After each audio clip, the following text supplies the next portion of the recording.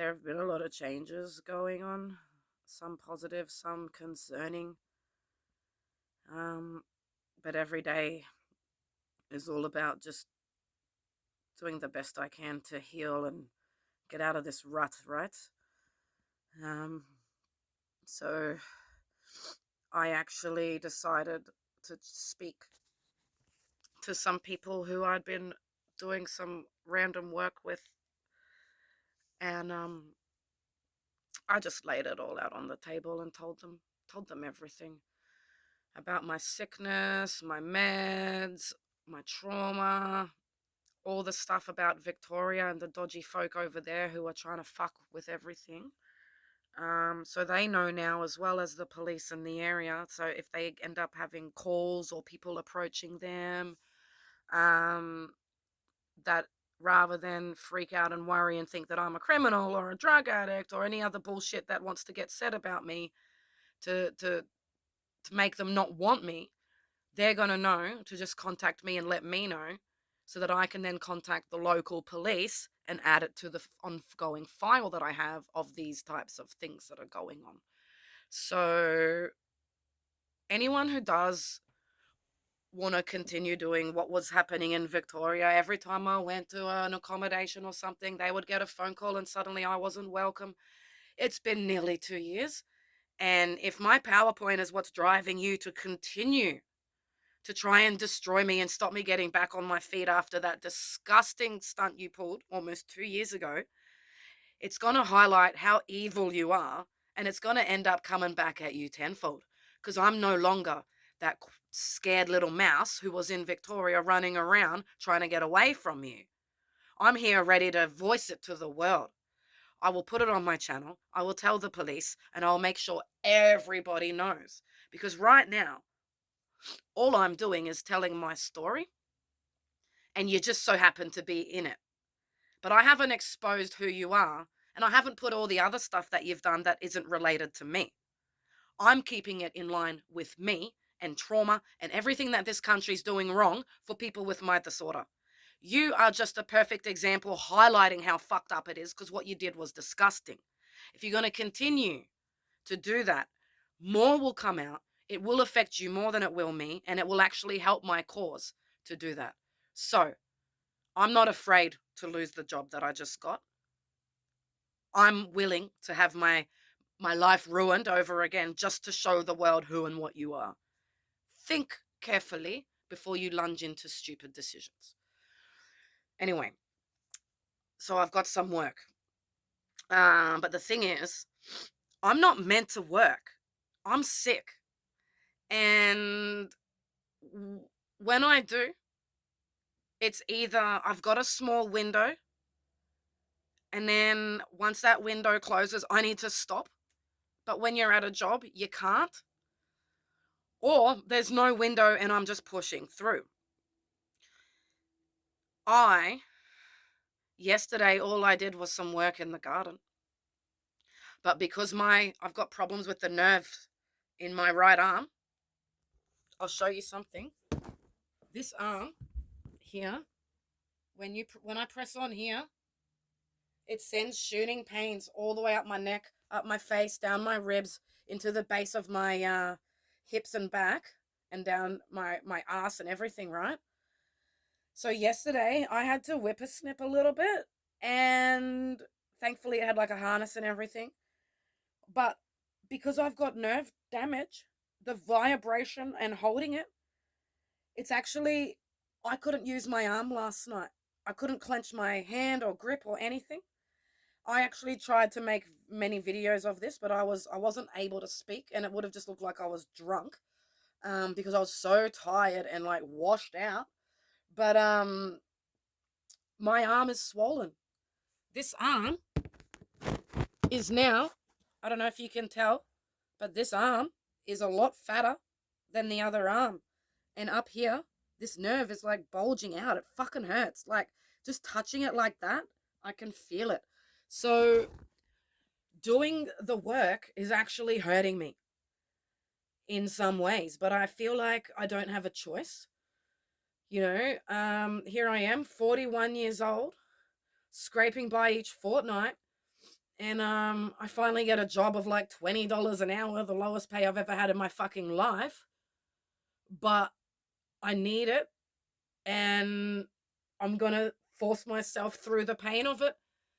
Um, because not every day is gonna be like that. Some days it's just gonna be, maybe I can drive around the buggy around the fence lines and just check the fences. Or maybe it's like go and turn on some taps, you know.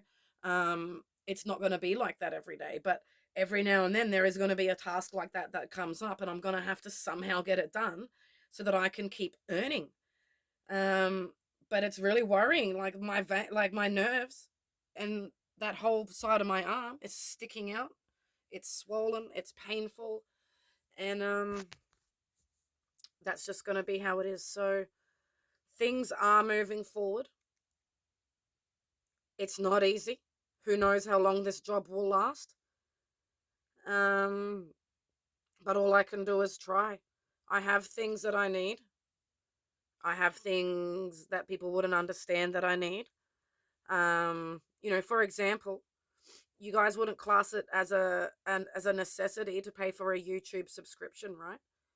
But if I don't, I can't listen to music because I can't do ads. My trauma, I have such a startle response that does so many physical things and does so many things that if I get a fright, that I'll be done for hours. And quite often I'll be laying there with like meditation music on, or just trying to like relax and take a deep breath, and then suddenly an ad will fly on. It'll scare the shit out of me, and everything is just fucked for the rest of the day. So I am not able to use radios and things, anything with ads on it, for that reason. That's why I don't watch free to air TV either. But that's not a necessity, right? But for me it is. And then there's other things like because I am too scared to use Facebook because of what was happening in Victoria. I've since made a couple of fake ones so that I could access a few things like online. And also, when I first got the PowerPoint and everything online, I used it to contact a small handful of people in Daylesford, because there were a few people who were really nice to me when it was all happening, and I wanted to thank them for not treating me like everyone else did and show them what really happened. And a few who did join in and were bullying me without the facts, to show them what they were part of without even knowing the truth. So I did that. But I don't actually have social media, and I don't have access to those anymore. And I've been too scared. So I actually have a $50 a month budget that I pay for Google, so that when I have certain ads around CPTSD, like somatic symptoms, the ones for the doctors, and certain email responses from prime ministers and stuff, ones that are really important for the channel, I'll chuck $5 on them so that they can come up as impressions, so that people with trauma will actually see them, because I need people with trauma to see this.